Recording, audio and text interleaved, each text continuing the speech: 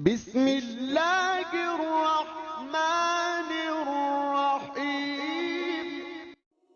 السلام علیکم ناظرین، آج کی اس ویڈیو میں ہم صبر کا ایک عجیب و غریب واقعہ آپ کے لیے پیش کرتے ہیں، تو ویڈیو آخر تک ضرور دیکھیے گا۔ ناظرین، عبداللہ بن محمد جہادی مہم کے سلسلے میں مصر کے ایک ساحلی علاقے میں مقیم تھا۔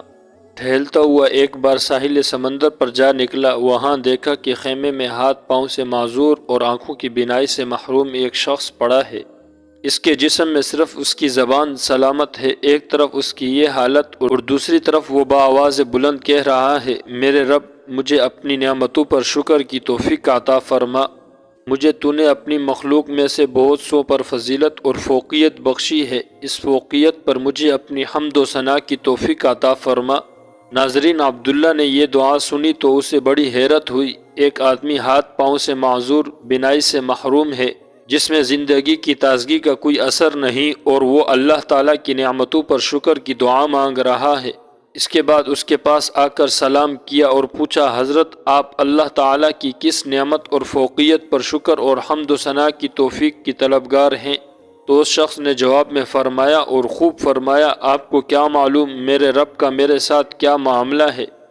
باخدا اگر وہ آسمان سے آگ برسا کر مجھے راکھ کر دے، پہاڑوں کو حکم دے کہ مجھے کچل دیں، سمندروں کو مجھے غرق کرنے کے لیے کہہ دے، اور زمین کو مجھے نگلنے کا حکم دے، تو میں کیا کر سکتا ہوں؟ میرے جسم میں زبان کی بے بہا نعمت تو دیکھیے کہ یہ سالم ہے، کیا صرف اسی ایک زبان کی نعمت کا میں زندگی بھر شکر ادا کر سکتا ہوں؟ ناظرین، پھر فرمانے لگے، میرا ایک چھوٹا بیٹا میری خدمت کرتا ہے، خود میں معذور ہوں، زندگی کی ضروریات اسی کے سہارے پوری ہوتی ہیں، لیکن وہ 3 دن سے غائب ہے، معلوم نہیں کہ کہاں ہے، آپ اس کا پتہ کر لیں تو مہربانی ہوگی۔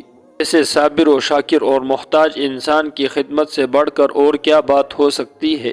ناظرین، عبداللہ نے بیابان میں اس کی تلاش شروع کی تو یہ دردناک منظر دیکھا کہ مٹی کے 2 تودوں کے درمیان ایک لڑکے کی لاش پڑی ہوئی ہے، جسے جگہ جگہ درندوں اور پرندوں نے نوچ رکھا ہے۔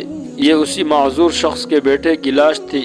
اس معصوم کی لاش اس طرح بے کور و کفن دیکھ کر عبداللہ کی آنکھوں میں آنسو بھر آئے، اور یہ فکر لاحق ہوئی کہ اس کے معذور والد کو اس المناک حادثے کی اطلاع کیسے دے۔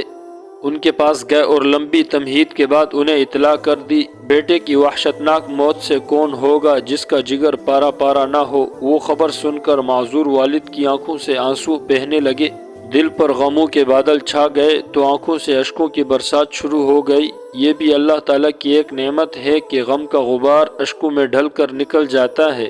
ناظرین، شکوہ شکایت کے بجائے فرمانے لگے، ہم تو ستائش اسی ذات کے لیے ہیں جس نے میری اولاد کو نافرمان پیدا نہیں کیا اور اسے جہنم جانے سے بچایا۔ پھر انا للہ و انا الیہ راجعون پڑھا اور اس کی روح پرواز کر گئی۔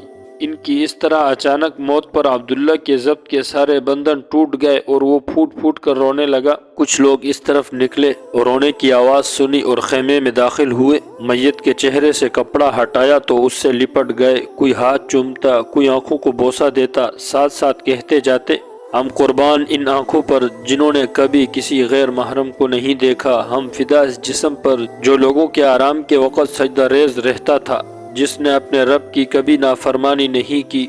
ناظرین، عبداللہ یہ صورتحال دیکھ کر حیران ہو رہا تھا، پوچھا کہ یہ کون شخص ہے، ان کا تعارف کیا ہے؟ لوگ کہنے لگے، آپ ان کو نہیں جانتے، یہ رسول اللہ صلی اللہ علیہ وسلم کے سچے عاشق اور حضرت ابن عباس رضی اللہ تعالی عنہ کے شاگرد ہیں، صبر و استقامت کے پیکر اور تسلیم و رضا کے بلند مقام کے حامل حضرت ابو قلابہ رحمۃ اللہ علیہ ہیں۔ نماز جنازہ اور تدفین سے فارغ ہونے کے بعد عبداللہ رات کو سویا تو خواب میں دیکھا کہ آپ جنت کے باغات کی سیر کر رہے ہیں، جنت کا لباس زیب تن کیا ہے، اور یہ آیت تلاوت کر رہے ہیں کہ صبر کرنے کے سبب تم پر سلامتی ہو اور آخرت کا گھر بہترین ٹھکانہ ہے۔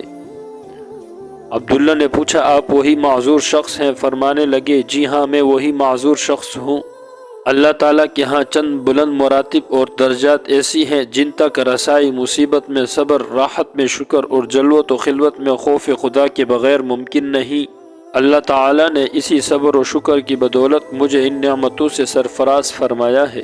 امید کرتا ہوں دوستو ہماری یہ ویڈیو آپ کو اچھی لگی ہوگی۔ ویڈیو اچھی لگی ہو تو اس ویڈیو کو لائک کیجئے گا اور ہمارے اس چینل کو لازمی سبسکرائب کر دیجئے۔ شکریہ۔ وعلیکم السلام ورحمۃ اللہ وبرکاتہ۔